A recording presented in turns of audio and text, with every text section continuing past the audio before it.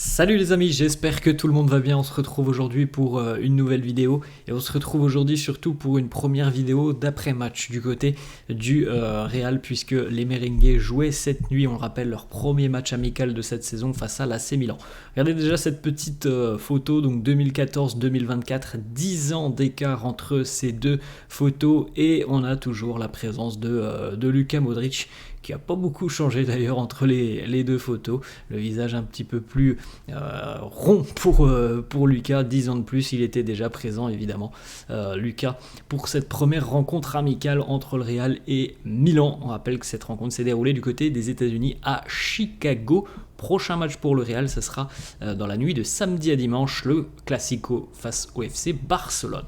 Le Real a été battu cette nuit 1-0 par l'AC Milan, but de Chukwueze. Alors je vous dis tout de suite, j'ai pas suivi la rencontre, c'était en pleine nuit. J'ai par contre été regarder le résumé de cette rencontre et voilà, j'ai été lire un petit peu divers articles sur les performances, les prestations, les quelques enseignements que l'on peut tirer, les joueurs qui se sont mis en évidence. Voilà le 11 qui a démarré cette rencontre. À noter que il y a eu comme souvent une équipe en première période et beaucoup de changements en seconde mi-temps. Je crois qu'on a eu 7 changements en seconde mi-temps. Le 11 donc qui a démarré: Courtois dans les buts, Jesus Valiero, Rudiger, Lucas Vazquez, Fran Garcia, Mario Martin, Dani Ceballos, Luka Modric, et puis donc le trio en attaque: Brahim, Hendrik et Arda Güler. À noter Mario Martin au milieu de terrain, plutôt intéressant notamment, et puis on parlera aussi d'autres profils. L'écran début donc pour l'attaquant brésilien Hendrik avec le Real. Voilà, une première satisfaisante dans ses déplacements. Alors après évidemment, voilà, c'est le tout début, encore besoin d'adaptation, mais dans les déplacements, dans les mouvements d'Hendrik, dans certaines prises de balles, on a vu des choses assez intéressantes. Voilà, cette belle photo avec, comme vous pouvez le constater d'ailleurs, les amis, le maillot extérieur du Real cette saison. Deux petites déclarations de Lucas Vazquez premièrement et de Carlo ensuite, qui nous parle d'Hendrik. Premièrement, Lucas Vazquez qui nous dit: Hendrik a un potentiel incroyable. Les 3 dernières sessions d'entraînement, il a été très bon. Il a juste besoin de s'habituer un petit peu à notre style de jeu. Voilà, nous de l'extérieur, on n'est pas au sein des séances d'entraînement, on voit pas ce qui se passe, mais en tout cas les joueurs semblent déjà conquis par le profil et les caractéristiques d'Hendrik, et tout le monde semble unanime sur le fait qu'il va certainement apporter sa pierre à l'édifice. Carlo qui nous parle aussi d'Hendrik, il nous dit: Hendrik, il a quelque chose de spécial. Bon, déjà les amis, on a 2 déclarations, les 2 joueurs qui emploient déjà les mots spécial et incroyable. Donc voilà, je pense que ça en dit long déjà sur le joueur. Carlo qui nous dit: il est capable de prendre beaucoup de vitesse dans de très petits espaces. Il est aussi très technique. C'est très rare de voir ça, de voir ce genre de profil, ce genre de joueur. Voilà les mots de Carlo. On enchaîne les amis avec une décla de Carlo sur cette rencontre, sur ce qu'il souhaitait voir au cours de cette première rencontre amicale. Il nous dit: c'est le moment de donner aux jeunes du temps de jeu et l'opportunité de s'amuser. C'est ce qui s'est passé. On a vu pas mal de joueurs de la Castilla être utilisés, notamment sur la seconde mi-temps, avec par exemple le jeune Johan Martinez. Les grands débuts, on rappelle que ça a été fou quand même pour lui en l'espace de quelques jours. Dimanche dernier, il participe à la séance d'entraînement le matin. L'après-midi, il est donc convoqué pour la tournée de pré-saison du côté des États-Unis. 3 jours plus tard, premier match amical face à l'AC Milan, et d'ailleurs il s'en est plutôt bien sorti avec 2-3 interventions défensives assez solides, et des interventions qui se sont fait déjà remarquer à 16 ans. C'est plutôt prometteur. Il a joué donc l'intégralité de la seconde mi-temps, 45 minutes pour 24 passes réussies sur les 26 tentés, 4 sur 5 en ce qui concerne les longs ballons, un dégagement, un tacle et un tir bloqué. C'est quand même plutôt pas mal, hein, les amis. Pour 45 minutes, il y a de la distribution offensive, et surtout moi j'ai vu le résumé du match, donc je peux pas non plus me faire un avis global, mais moi de ce que j'ai vu un joueur qui ne semblait pas impressionné par le cadre. Rendez compte quand même, à 16 ans, tu arrives et tu joues déjà du côté du Real. Alors oui, c'est un match amical, mais tu peux peut-être parfois être un peu en retrait, pas forcément prendre trop de risques. C'est pas le cas, c'est pas l'impression qu'il nous a fait. Joan Martinez, on a vraiment vu quelqu'un qui semblait quand même assez sûr de ses qualités, de ses forces. Et voilà, il y a eu des interventions défensives assez intéressantes. Carlo, d'ailleurs, à l'issue de la rencontre, qui nous dit Joan Martinez a le potentiel, et a tout le potentiel même pour devenir un défenseur central au Real Madrid. Voilà les mots de l'entraîneur quand on parle d'un joueur de 16 ans et qu'on dit qu'il a tout le potentiel pour devenir un défenseur central au Real. C'est quand même quelque chose d'assez exceptionnel. Autre déclat de Carlo sur l'animation offensive, il nous dit Brahim a très bien joué, Arda Güler est aussi en grande forme, et Hendrik a montré des qualités par certaines séquences de cette rencontre. Nos jeunes se sont aussi amusés, donc voilà, c'était l'objectif de cette rencontre. Quelques statistiques notamment pour Brahim Diaz en première période, 2 sur 3 pour les dribbles réussis, 22 sur 24 pour les passes complétées, 3 duels sur 4 gagnés, une passe clé, un tir. Il n'était pas très loin de marquer d'ailleurs en première période, Brahim Diaz, sur une combinaison me semble-t-il, je crois avec Hendrik, si mes souvenirs sont bons. On retrouve déjà, et on le voit, après 15 jours d'entraînement, on retrouve déjà l'électricité qui caractérise Brahim Diaz, avec ses prises de balles hyper rapides, son envie tout de suite d'aller de l'avant, de percuter. Voilà, c'est un joueur hyper électrique dans le sens où il bouge très rapidement, Brahim Diaz, et c'est vraiment compliqué pour les défenses de défendre sur lui. Carlo qui nous parle aussi d'Arda Güler. Comme je vous le dis les amis, de ce que j'ai vu, Arda il a été utilisé plutôt dans un rôle un petit peu plus bas, on va dire, les numéro 10 sur cette rencontre. Moi, de ce que j'ai vu des rares fois sur le résumé du match où je l'ai vu toucher la balle, waouh, c'était quand même très fort, hein.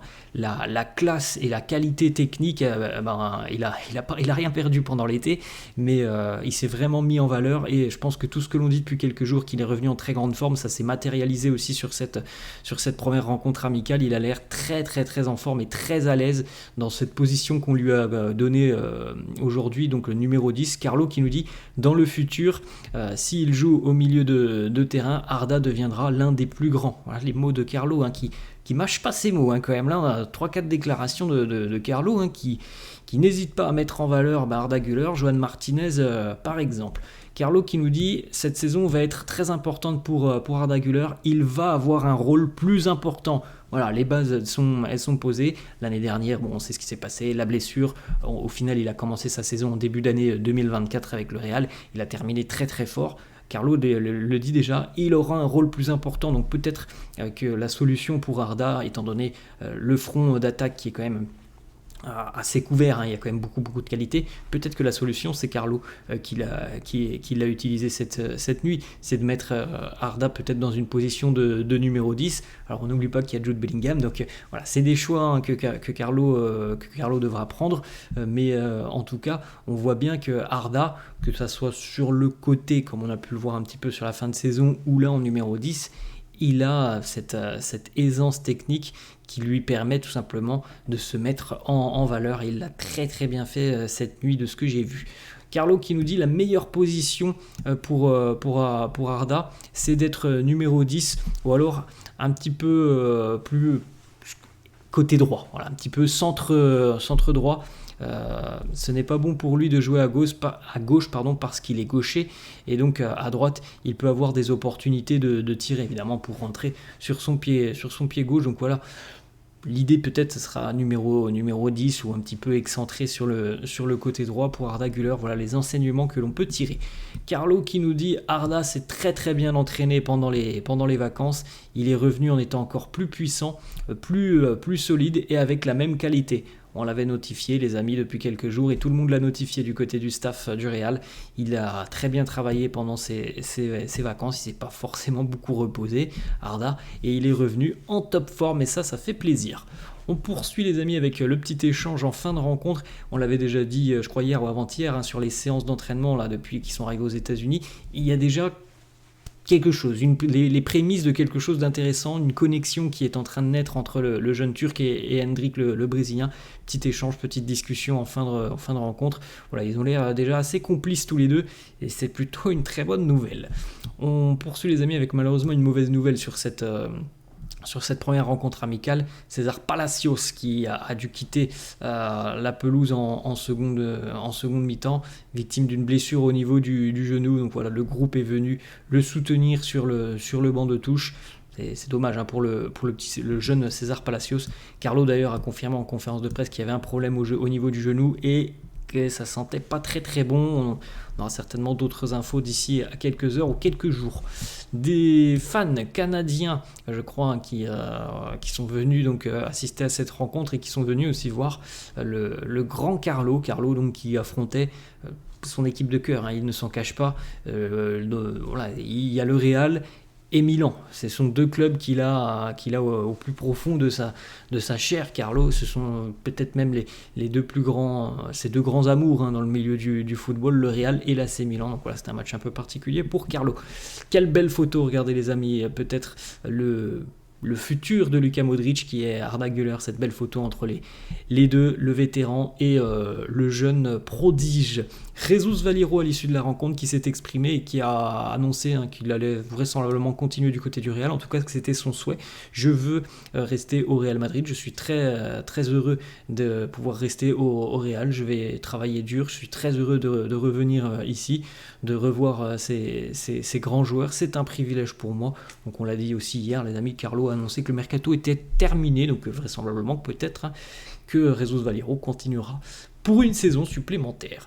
A noter les amis qu'hier Rodrigo a fait son retour. Alors il était prévu pour aujourd'hui ou demain le retour, une journée plus tôt pour Rodrigo qui est revenu hier, qui a pu saluer ses coéquipiers. On le voit avec Rudiger, avec Hendrik, Lucas Vazquez, Lunin, Fran Garcia par exemple, Dani Ceballos sur cette photo. Rodrigo qui d'ailleurs était même sur la compo. Sur le banc de touche pour cette rencontre face à l'AC Milan. Il devrait jouer vraisemblablement ce week-end face au FC Barcelone. On a la petite photo aussi, les retrouvailles avec le Mister Ancelotti, toujours le sourire pour Rodrigo et pour le mentor Carlo, et puis comme d'habitude la photo avec cette complicité incroyable aussi entre Rodrigo et Modric. On sait tous que Rodrigo considère Modric comme soit son grand frère, soit son deuxième papa. Voilà, on voit les choses un peu comme on veut, mais on sait qu'il y a une complicité incroyable entre les deux joueurs. Voilà les amis, la fin de cette vidéo, j'espère que ça vous a plu. N'hésitez pas quand même à lâcher un petit pouce bleu, n'hésitez pas non plus à vous abonner à la chaîne, je vous laisse et je vous dis à la prochaine. Ciao à tous.